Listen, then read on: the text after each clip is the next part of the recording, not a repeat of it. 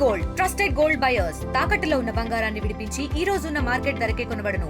మరిన్ని వివరాలకు సంప్రదించండి 7710777020. ఇది చాలా ఈ చర్యను నేను ఖండిస్తూ ఉన్నాను. పోలవరం ఎత్తు ఏదైతే ఎత్తుందో ఆ ఎత్తు ప్రకారం జరిగితేనే గ్రావిటీ మీద వాటర్ వచ్చింది. ఆ గ్రావిటీ మీద వాటర్ రాకుండా ఎత్తిపోతల ద్వారా వాటర్ వస్తే అంత వాటర్ని లిఫ్ట్ చేయడం చాలా ఖరీదవుతుంది. కాబట్టి ఆ ప్రాజెక్టు ఒరిజినల్ డిజైన్ ప్రకారం జరిగితేనే ఆంధ్ర రాష్ట్రానికి ఉపయోగం జరుగుతుంది, ఆంధ్రులకు అన్నపూర్ణ అవుతుంది. లేకపోతే ఆ ప్రాజెక్ట్ హైట్ తగ్గిస్తే చాలా ఇబ్బందులు అవుతాయి. వాటర్ గ్రావిటీ మీద వాటర్ రాదు. బహుశా నేను అనుకోవడం ఇంతవరకు అలాంటి ఆలోచన నేను ఎక్కడ చదవలేదు. గత ప్రభుత్వంలో అంబటి రాంబాబు గారు వైసీపీ ప్రభుత్వం ఏ ప్రతిపాదనలు అయితే కేంద్రానికి పంపించిందో ఆ ప్రతిపాదనలకే ఇప్పుడు ఆమోదాలు వచ్చాయి. కొత్త ప్రతిపాదనలు ఏది కూడా ఈ ప్రభుత్వం పంపించినట్టుగా నేను చూడలేదు, ఈ ప్రభుత్వం ఒప్పించుకున్నట్టుగా ఎక్కడ నేను చదవలేదు. కాబట్టి గతంలో ఏం జరిగిందో అదే జరుగుతూ ఉంది. ఇంకా ఆర్ఆర్ ప్యాకేజీ ఇంకా ఎక్కువగా రావాల్సిన అవసరం ఉంది. ఆ గిరిజనుల యొక్క రిహాబిలిటేషన్ కోసం ఎక్కువ చర్యలు తీసుకోవాల్సిన అవసరం ఉంది. వైసీపీ పార్టీ దీంట్లో రాజకీయం చేస్తూ ఉంది. గత ప్రభుత్వం వైసీపీ ప్రభుత్వం ఏ విధానాలు అయితే ఏ ప్రపోజల్స్ అయితే పంపించిందో ఆ ప్రపోజల్స్కే ఇప్పుడు ఆమోదం జరుగుతూ ఉంది. వర్క్ బోర్డ్ చట్టంలో కొన్ని మార్పులు తేవడానికి కేంద్ర ప్రభుత్వం ప్రయత్నం చేస్తూ ఉంది. ఆ మార్పులు ముస్లిం కమ్యూనిటీ యొక్క ఆలోచనలు కూడా స్వీకరించాల్సిన అవసరం ఉంది. ముస్లిం కమ్యూనిటీ ఆందోళన చెందుతూ ఉంది. వాళ్ళ యొక్క ఆందోళన కూడా గుర్తించి ఆందోళనని అడ్రస్ చేసే విధంగా వాళ్ళ యొక్క కన్సర్న్స్ని అర్థం చేసుకునే విధంగా ఆ చట్టంలో మార్పులు తేవాలని చెప్పి నేను కేంద్ర ప్రభుత్వాన్ని విజ్ఞప్తి చేస్తాను. అదేవిధంగా తెలుగుదేశం పార్టీ కొన్ని సవరణలు ప్రతిపాదించింది, ఆ సవరణలు ఆమోదించింది చాలా వరకు. ఇప్పటికి కూడా నేను ప్రభుత్వాన్ని విజ్ఞప్తి చేస్తూ ఉన్నానంటే ఇంకా రాష్ట్రపతి ఆమోదం వచ్చిన తర్వాత రూల్స్లో మార్చుకోవచ్చు. ముస్లిం కమ్యూనిటీ పెద్దల్ని పిలిపించుకొని కేంద్ర ప్రభుత్వం వాళ్ళ యొక్క ఆలోచనలు కూడా స్వీకరించి అవి ప్రజాసమ్మతం అయితే న్యాయసమ్మతం అయితే వారి ఆలోచనలు కూడా స్వీకరించి ఆ చట్టాన్ని మరింత పదునైన చట్టంగా తీసుకొచ్చి ముస్లిం కమ్యూనిటీని ఆదుకోవాలని చెప్పి నేను విజ్ఞప్తి చేస్తా ఉన్నాను. వైసీపీ పార్టీ ద్వంద్వ విధానం, దీంట్లో కూడా ద్వంద్వ విధానం. వైసీపీ పార్టీ వక్ఫ్ చట్టంలో కూడా ద్వంద్వ విధానం. రాజ్యసభలో ఒక స్టాండ్, లోక్సభలో ఒక స్టాండ్. వర్గీకరణ అసలు స్టాండ్ ఉండదు. అంటే పేదల పట్ల వాళ్ళు ఓటర్లు తప్పితే పేదలు వాళ్ళు సిటిజన్స్ కాదు, వాళ్ళకేం గౌరవం ఉండదు, వాళ్ళకి బటన్ నొక్కితే ఓట్లేస్తారు అనే ఒక ద్వంద్వ వైఖరి తప్పితే వాళ్ళకి దేనిలో కూడా ఒక స్పష్టమైన విధానం లేదు. వైసీపీ పార్టీ రాజకీయ పార్టీగా కొనసాగడానికి ఎలాంటి అర్హతలు కోల్పోతూ ఉంది అని చెప్పి నేను విజ్ఞప్తి చేస్తాను.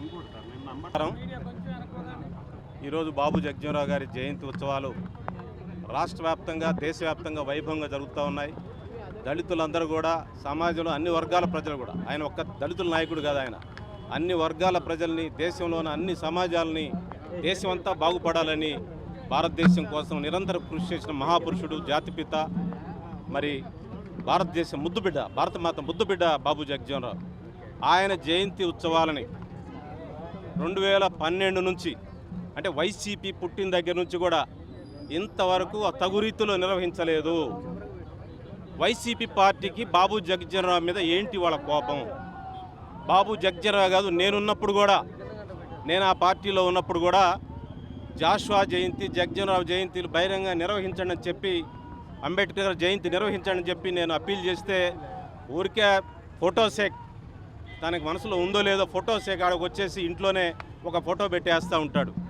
ఎప్పుడు కూడా బాబు జగజ్జీవనరావు కానీ జాషువా గారికి కానీ సముచిత గౌరవం ఇవ్వలేదు వైసీపీ పార్టీ.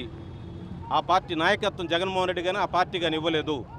నేను ఈ సందర్భంగా ఏ విజ్ఞప్తి చేస్తున్నానంటే, వైసీపీ పార్టీకి జగజ్జీవనరావు పట్ల వాళ్ళకున్న అవగాహన ఏంటి? వైసీపీ పార్టీకి జాషువా గారి పట్ల, గుర్రం జాషువా ప్రముఖ కవి, తెలుగు రచయిత, తెలుగు భాషకు గౌరవం తెచ్చిన గుర్రం జాషువా గారి పట్ల వాళ్ళకున్న గౌరవం ఏంటి? ఎందుకు జాతీయ నాయకులు తగు రీతిలో గౌరవించరు?